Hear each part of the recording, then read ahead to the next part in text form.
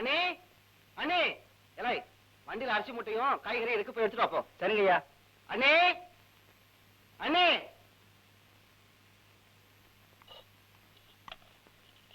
என்ன நீ சமையல் பண்ணிட்டு இருக்கீங்களா? என்ன சமையல் கட்டுல சங்கீதமா பாடுவாங்க? நீங்க பேசினாவே சங்கீதமா இருக்கு, பாடினா எப்படி இருக்குன்னு கேட்கறதுக்கு ஆசைதான்.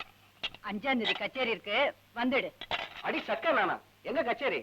வழக்கமான இடத்துலதான். வழக்கமான இடமா?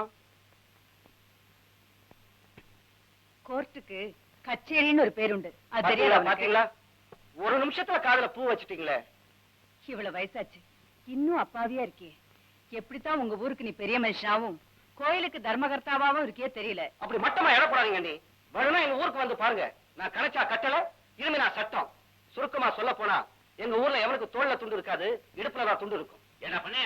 எப்படா வந்த? அண்ணே நான் வர்றது இருக்கட்டும், நீங்க எங்க கிளம்பிட்டீங்க? ஒரு லீவு நாள் நல்ல நாள் இல்லாம எப்ப பார்த்தாலும் நர்சிங்ஹோம் நர்சிங்ஹோம் கிளம்புறீங்களே, உங்களை கேப்பர் மேப்பர் கிடையாதா? டேய் மடையா, விஷயம் என்ன? சாஜாப்லாம் சொல்லாதீங்க. இப்படி நீங்க ராத்திரி பகலமா அலைஞ்சிட்டு இருக்கிறதுனாலதான் இந்த வீட்டுல தொட்டில கட்ட முடியல. அன்னைக்கு ஒரு குழந்தை பிறக்கும், அதுக்கு பேர் சூட்ட அன்னைக்கு கட்டலாம்னு சுத்தமான தேக்கல வெள்ளி குமிழலாம் வச்சு ஒரு தொட்டில் செஞ்சு வச்சிருக்கேன்.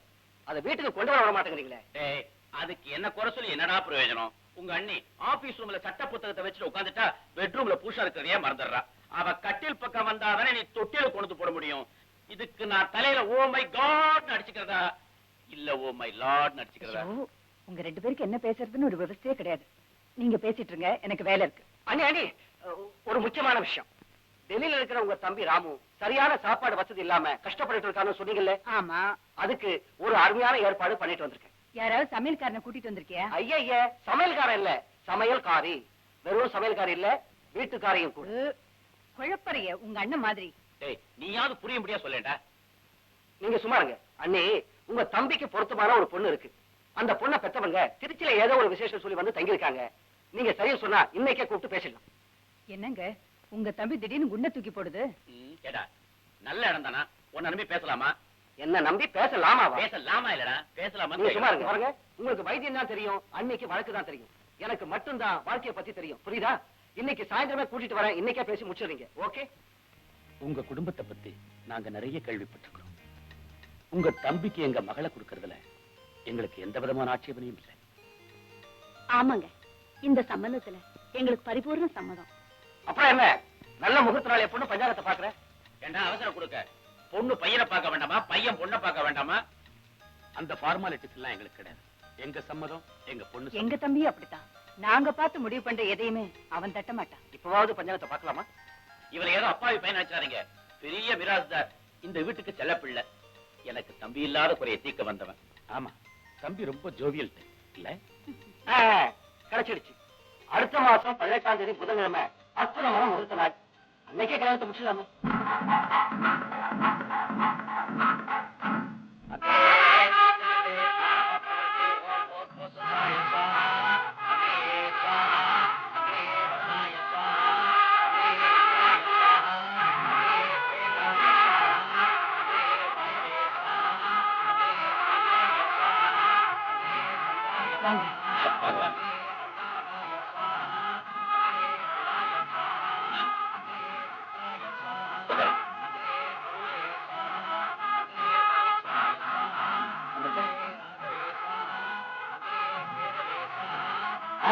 சொன்னீங்க பொண்ணை கூப்பிடுங்க, அது சொல்ல வேண்டியதானே? பொண்ணை கூப்பிடுங்க, பொண்ணை வச்சுருங்க.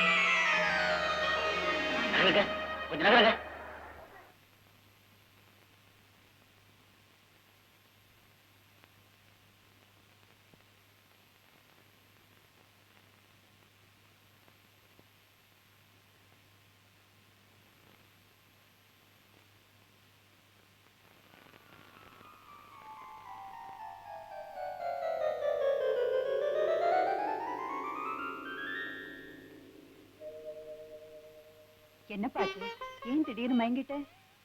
பெரிய அபச்சாரம் நடந்து போச்சு. உலகத்துக்கெல்லாம் தாயாவளுங்கிற அந்த மாரியம்மனை கொண்டு வந்து எனக்கு முன்னால மணமகளா நிக்க வச்சுட்டீங்களே, இந்த பாவம் வேற எங்கேயாவது நடக்குமா? என்ன உளர்ற? சமயபுரத்து அம்மனுக்கு சாதாரண பொண்ணுக்கு உனக்கு வித்தியாசம் தெரியல? நல்லா பாடுறா. இது மனப்பொண்ணுதான், மகா சக்தி இல்ல. 1000 முறை பார்த்தாலும் அவ அம்மன் தான், நான் அவ பக்தன் தான். அதுக்கு ஆதாரம்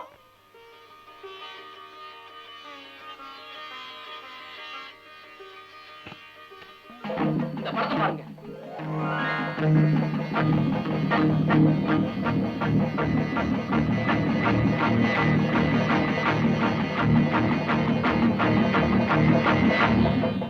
ஒவ்வொரு நாள் பொழுது இந்த அன்னையோட படத்துக்கு முன்னாலதான் எனக்கு விடி.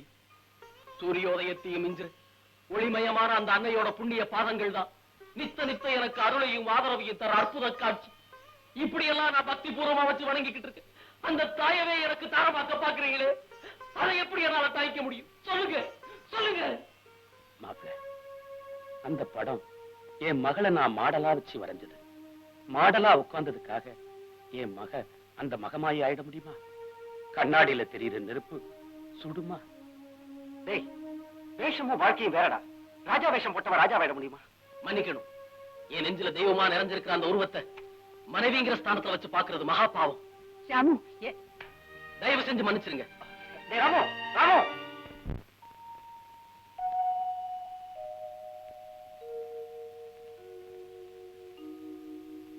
நில்லுங்க.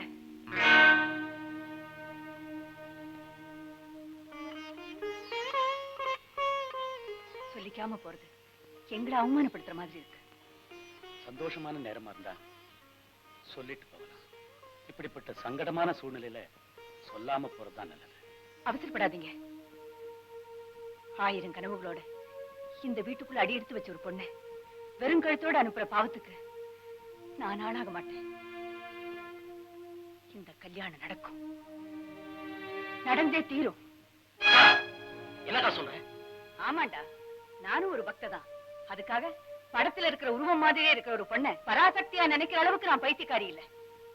இதோ பாருடா, இந்த நிமிஷத்தோட உன் மனசை மாத்திக்க. வர்ற வெள்ளிக்கிழமை முகூர்த்த நாள். அன்னைக்கு அந்த பொண்ணு கழுத்துல தாலி கட்ட தயாராயிரு. அக்கா, நான் எதையும் கேட்க தயாரா இல்லை. பொண்ணு மட்டும் சொல்றேன், மாலையும் கழுத்துமா மனைவியோட நான் உன்னை பார்க்கணும். இல்ல நீ என்ன மாலையும் கழுத்துமா பார்க்க வேண்டியது வரும். பிணமா?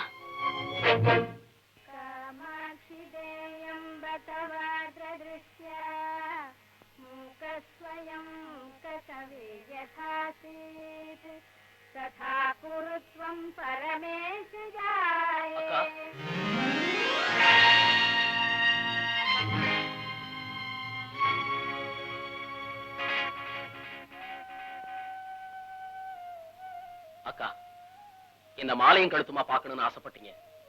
நான் மாலையும் கழுத்துமா மனைவியோட வந்திருக்கேன். எங்களை ஆசீர்வாதம் பண்ணுங்க.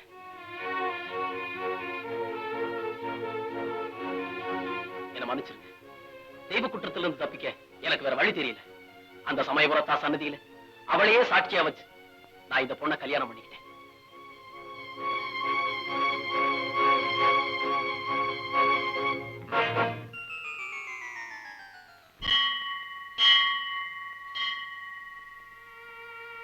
தாயே பராசக்தி, சகலரையும் காத்தருளும் சமயபுரத்து மாரியம்மா, கும்பிடுறதுக்காக ஏத்தி வச்ச குத்து விளக்கு குடியிருக்கிற வீட்டையே எரிச்ச மாதிரி நல்லதுக்காக போட்ட வேஷமே என் மகளுடைய வாழ்க்கையே நாசமாக்கிடுச்சம்மா. மனசரிய நாங்க ஒரு பாவமும் பண்ணலையே, எங்களுக்கு ஏன் இப்படி ஒரு சோதனையை கொடுத்த? நினைவு தெரிஞ்ச நாள்ல இருந்து உன்னை நம்பினது தப்பா? சகலத்துக்கும் உன் பாதமே சரணாலேன்னு இருந்தது தப்பா? சொல்லுமா, சொல்லு.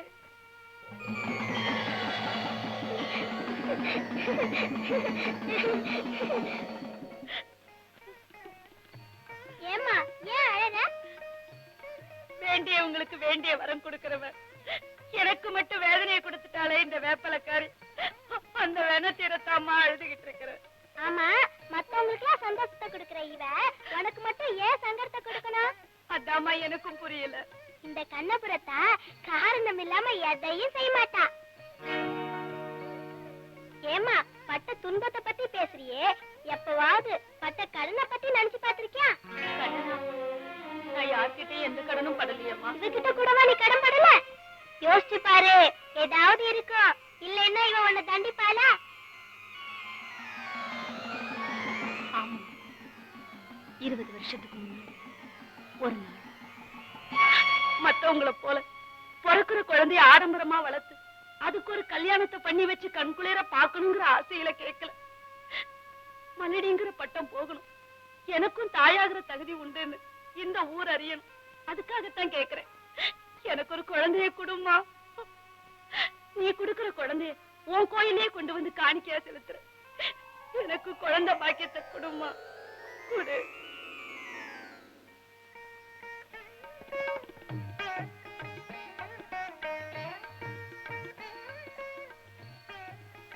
உன் குழந்தைய இந்த கோயிலுக்கு காணிக்க வைக்கிறேன்னு சொன்னியா இல்லையா?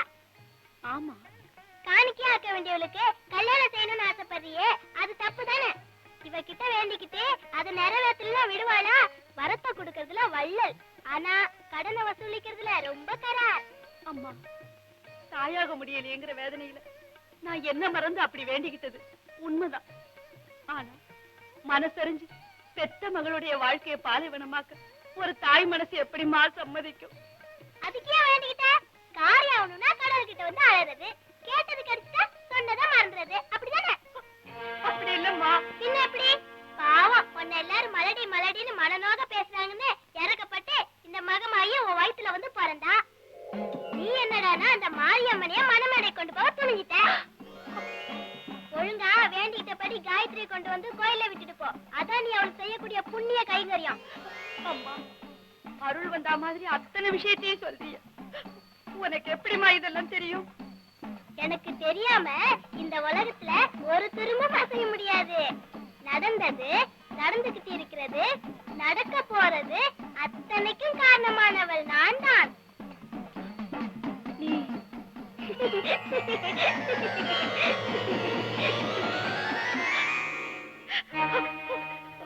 அம்மா, அம்மா, குழந்தை வடிவத்துல வந்து என் குற்றத்தை உணர்த்தின தயாபரி நீதானா?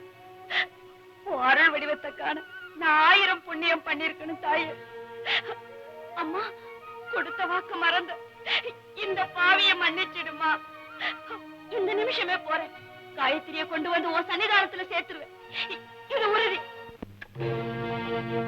காயத்ரி, என்னம்மா? வா என்னோட.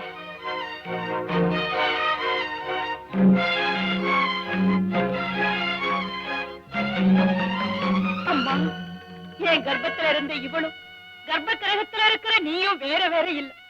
ஓ அவதாரம் தான் இவன், இவனுக்கு மூலாதாரம் தான் நீ. சூரிய சந்திர சாட்சிய தேவர் மூவர் அறிய அதர்மத்தை அழிச்சு தர்மத்தை நிலநாட்ட என் மகளை நான் உன் கோயிலுக்கு காணிக்கையாக்க தீர்மானிச்சிட்டம்மா, தீர்மானிச்சிட்டேன். காயத்ரி, இனி உனக்கு சர்வமும் இந்த சன்னிதானம் தான். உனக்கு ஒரு வீடு இருக்கு, தாய் தந்தை இருக்காங்கங்கறத இந்த நிமிஷத்தோட மறந்துடு. வா என்னோட. முகமாடி.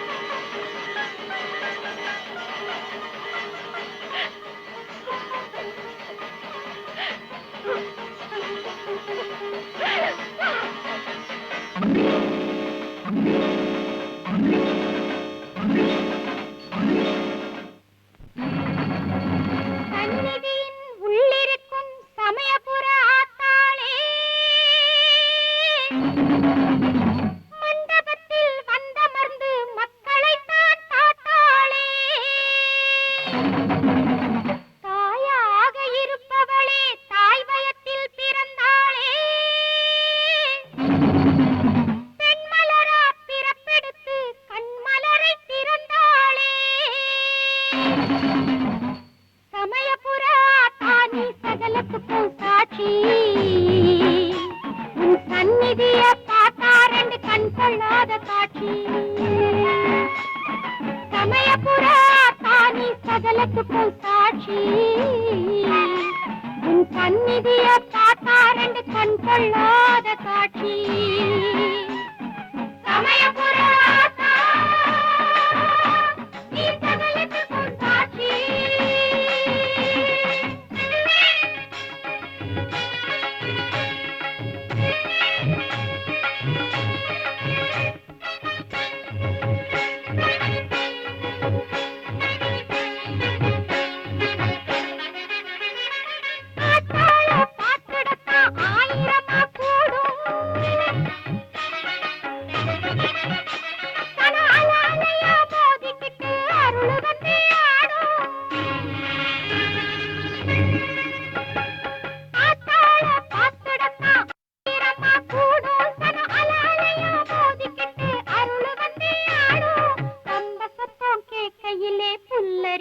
உடம்பு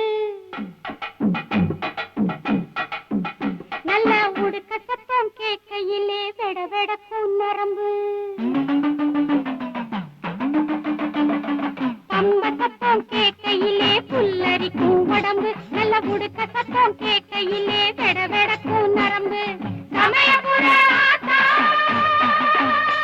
நீ சகலத்துக்கும் சாட்சி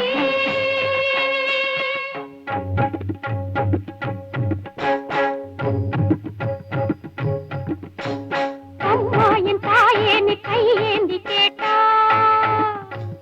யாருக்கும் இல்லேன்னு அவ சொல்ல மாட்டா நீ சொன்ன வாக்குக்கு மரியாதை கொடுப்பா அத நீயும் மறந்தாக்க அனலாக கொதிப்பா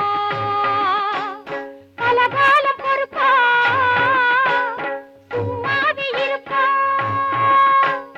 பலகால பொறுப்பா சும்மாவே இருப்பா சந்தர்ப்பம் வரும்போது சொல்லாம முடிப்பா பலகால பொறுப்பா சும்மாவே இருப்பா சந்தர்ப்பம் வரும்போது சொல்லாம முடிப்பா சமயபுரா நீ சகலத்துக்கும் சாட்சி உன் சந்நிதிய பார்த்தா ரெண்டு கண்கொள்ளாத காட்சி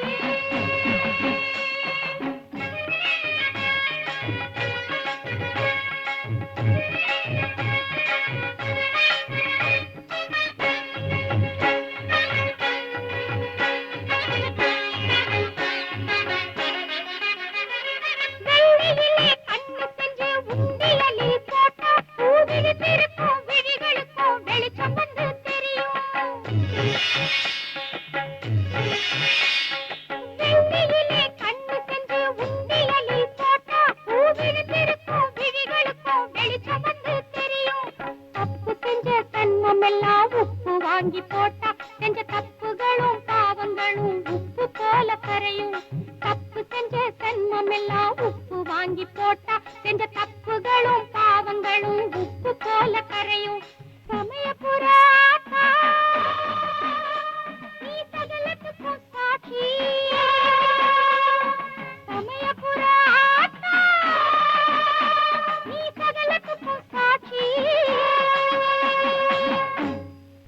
ஆனா பாவிகளா, ஒரு வீட்டுல தொங்கப்படாதே பூட்டு உடனே விரிச்சிருவீங்களே சீட்டு. அல்ல உட்கார், ஒரு கை குறையுது. அதுக்காக என் கையை கேக்குறியா? நான் கொடுக்க மாட்டேன். நான் கல்யாண பத்திரிக்கை கொடுத்துட்டு போலாம்னு வந்தேன்.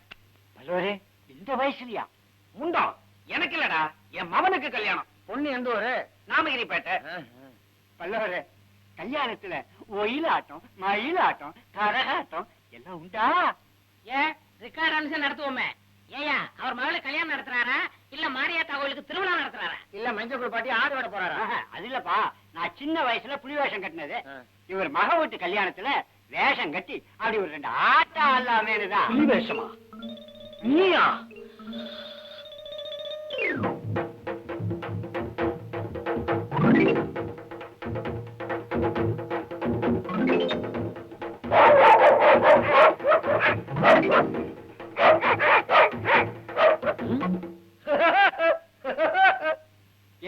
என்னையா சிரிக்கிற? நானும் சின்ன வயசுல புலி வேஷம் கட்டி கரிஞ்செடுத்த கண்ணாயிரம்னு பேர் எடுத்து வந்தான். என்ன பண்றது, என் கஷ்ட காலம். டெங்கி ஜுரம் வந்து வங்கி அடிச்ச மாதிரி ஆயிட்டேன். கண்ணீரை விட்டு இருக்கிற உடம்பைய கரைச்சுக்கிறாத. சரி சரி, இந்தாங்க. எல்லாருக்கும் பத்திரிக்கை கொடுக்கலாம்னு வந்திருக்கிறேன். வேணாம், ஒண்ணு போதும். இதையே எல்லாரும் பாத்துக்குங்க. கல்யாணத்துக்கு அவசியம் எல்லாரும் வரணும். மொய் எழுதணும். வல்லவரே, ஒரு 10 ரூபா கைமாத்த கொடுங்க, மொய்யோட சேர்த்து எழுதிடுறேன். அப்ப சாப்பாடை வீட்டுல நீயே கொண்டாந்துறியா? கஜேந்திரா, ஞாபகப்படுத்துறியா? உனக்கும் பத்திரிக்கை உண்டுப்பா. கஜேந்திரா, என் மகன் கல்யாணத்துக்கு நீ அவசியம் வரணும். கல்யாணத்துக்கு வந்தா மட்டும் பத்தாது, எல்லாருக்கும் பன்னீர் தெளிச்சு நீதான் வரவேற்கணும். இந்தா இந்தா வாங்கிக்கடா. வரியா வரியான்னு? சரி, வாங்க வாங்க. ஊர்ல ஒரு கல்யாணம் விட மாட்டீங்களே. அதே வாங்க. சின்ன விட கூட்டிட்டு வரலையா? அவதாங்க இவ. இதானா? வா வா. உடம்பு பெருசா இருக்க, பன்னீர் கொஞ்சம் அதிகமாவே தெளிக்கலாம், தப்பு இல்ல. வாங்க வாங்க வாங்க. கஜேந்திரா, நல்லா பன்னீர் தெளி. இன்னைக்காவது குளிச்சா மாதிரி இருக்கட்டும். யோ பல்லவராயரே, அருமையான ஏற்பாடியா. என்ன சொம்பா? இல்ல குடம். குடமா? சொம்பு இந்த மூஞ்சிக்கு கொஞ்சமா தெளிச்சா போதும். யோ, என்னையா கல்யாண வீட்டுல வந்து குலுக்குற உண்டியல? மொய் எழுத போறேன். ஆஹா, என்ன குடமா? சொம்பு. உன் சக்திக்கு இதுவே பெருசுதான். போ. இவன் வெறும் பெயர், இவனுக்கு என்ன வரவேற்பு? பன்னீரா? தெளி தெளி தெளி. மண்ட காலியா தான் இருக்கு. என்ன பல்லவரே, எல்லாருக்கும் பன்னீர் தெளிக்குது, எனக்கு தெளிக்க மாட்டேங்குது. முயல் எழுத கை நிறைய ஏதாவது கொண்டாடணும். வெறுங்கையோட வந்த வெறுப்புல திரும்பிச்சு. இந்த பாரு, உள்ள போய் 1 மணி நேரம் பரிமாறிட்டு கடைசி பந்தியில மூலையில குந்திங்க. போ. பன்னீர் கிடக்கட்டேன், இந்த கல்கண்டாவை எடுத்துக்கிறேன். இதையும் கொடுக்குறேன்.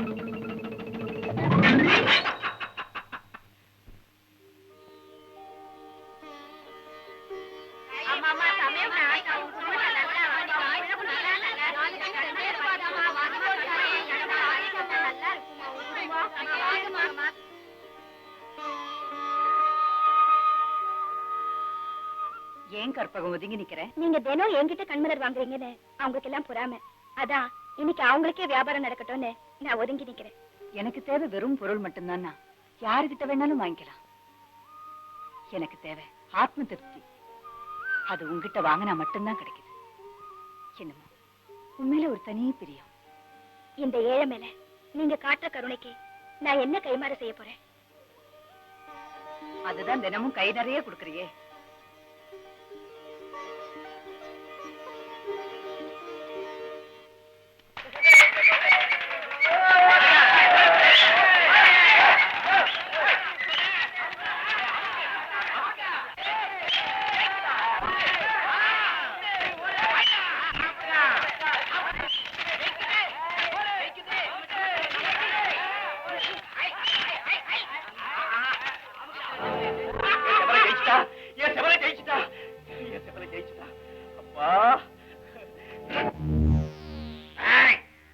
நமக்குள்ள எவன் கோழி ஜெயிக்கிறதுங்கிறதா பந்தயம்.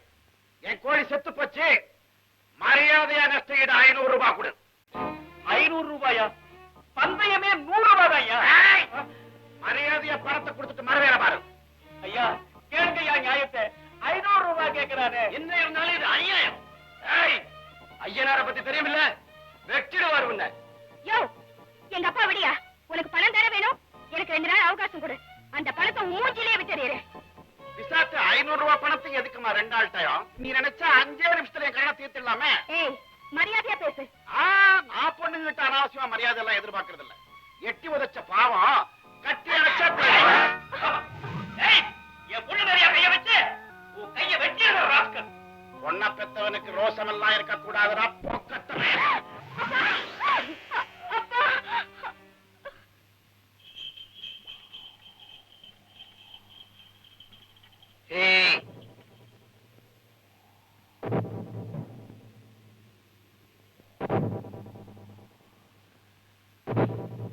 இதப்படி என்னடா அது கலாட்டா? நீ யாரா அதை கேட்கறதுக்கு? இந்த ஊர் பஞ்சாயத்து தலைவர். எந்த நல்லது கெட்டதிலையும் தலையிடுற உரிமை எனக்கு உண்டு. அப்படின்னா விழறாடி உண்மையிலேயே சேர்ந்து விடும். வாங்கிக்க தயாரா? எனக்கு வாங்கி பழக்கம் இல்ல, கொடுத்துதான் பழக்கம். பெரிய கரண விட்டு பேர சின்ன பையல சிரித்துக்கிட்டு நிக்காத, ஒதுங்க அப்பால. அடச்சி நிறுத்துறா. நான் ஒதுங்கி ஒதுங்கி போறதால தான் உன் கை ஓங்கி போச்சு. இந்த ஊர்ல ஒரு வயசு பொண்ணு தனியா நடமாட முடியல, பணமோ நகையை நம்பி வீட்டுல வைக்க முடியல. ஏண்டா காவதேவ அயனார் பேரை வச்சுக்கிட்டு காரியத்தனமா பண்ணிட்டு இருக்க ராஸ்கல். இனி நான் உன்னை விட மாட்டேன்டா. என்னடா வெறுங்கையில பிடிச்ச விரால் மீன் மாதிரி துள்ற, வளைச்சு குத்துனா வயத்துல இருக்கிற கோடல் வாய் பண்ணி வந்துடும்.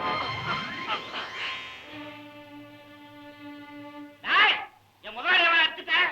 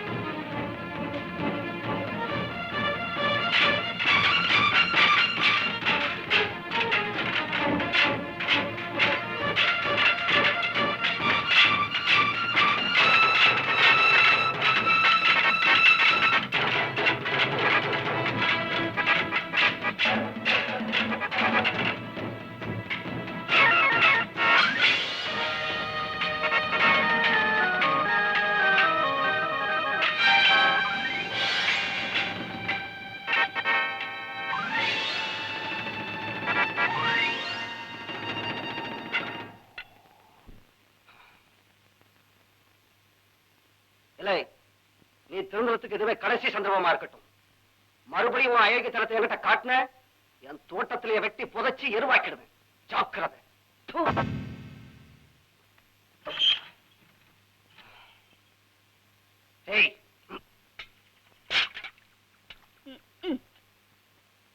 இதோட 1000 தடவை சொல்லியாச்சு, கண்ட அயோக்கிய பசங்களோட உறவு வச்சுக்காதேன்னு. இப்ப என்னாச்சு? உன் பொண்ண 4 பேருக்கு முன்னால நடுத்தெருவுல நிக்க வச்சு கேட்க கூடாத கேள்வியெல்லாம் கேட்கிறானுங்க.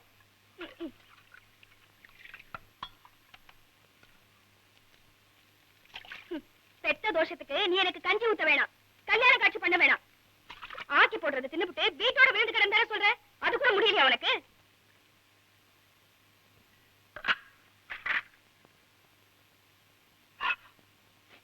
ஒண்ணு மட்டும் சத்தியம், நீ இதே மாதிரி கோழி சண்டை அது இதுன்னு அலைஞ்சிட்டு இருந்த, உன் பொண்ணு கோயிலுக்கு பூ விற்க போக மாட்டா, சுடுகாட்டுக்கு பொண்ணு மாத்தா போவா.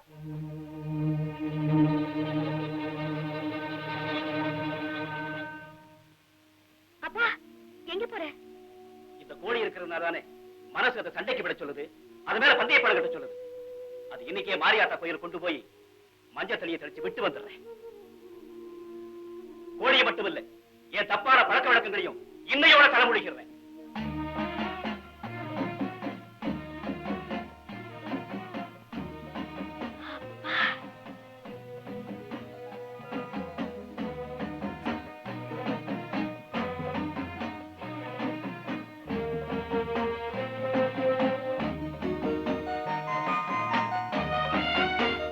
மகமாயி, மாரியம்மா, இனிமே இது பந்தய கோழி இல்ல, தெய்வ கோழி.